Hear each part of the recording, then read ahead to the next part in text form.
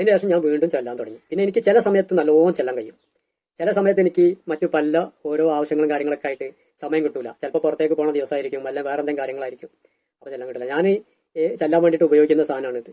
കണ്ട ഇതിൽ ഇതാ നോക്കിയാൽ കാണാം. കണ്ടോ, ഇതിലിപ്പോൾ 337ആയി. ഇത് രണ്ടാമത് തുടങ്ങിയതാണ്. ഇതിൽ നമുക്ക് 10,000 വരെ ചൊല്ലാം. 10,000 വരെ ചൊല്ലിക്കഴിഞ്ഞാൽ പിന്നെ നമ്മൾ രണ്ടാമത് വീണ്ടും പൂജത്തിൽ നിന്ന് തന്നെ തുടങ്ങും. അങ്ങനെയാണ്. ഇതിപ്പോൾ ഈ സാധനമൊക്കെ ഞാൻ ഉപയോഗിക്കുകയാണെങ്കിൽ ഒരുപാട് കാലമായി. എൻ്റെ കയ്യിൽ പലതും വരുന്നത് ഞാൻ ചില ആളുകൾക്കൊക്കെ ഞാൻ കൊടുക്കും ചെയ്യും. കൊടുക്കുമ്പോൾ ഞാൻ വേറെ ഒന്ന് വാങ്ങി വെക്കും, എന്നിട്ട് ഞാൻ ഇതുകൊണ്ട് കൊടുക്കും. ഞാൻ ഉപയോഗിച്ചത് ഞാൻ മറ്റാർക്കെങ്കിലും കൊടുക്കും. അങ്ങനെയൊക്കെ ഞാൻ ചെയ്യലുണ്ട്. ചിലപ്പോൾ പുതിയ തന്നെ ഞാൻ കൊടുക്കും.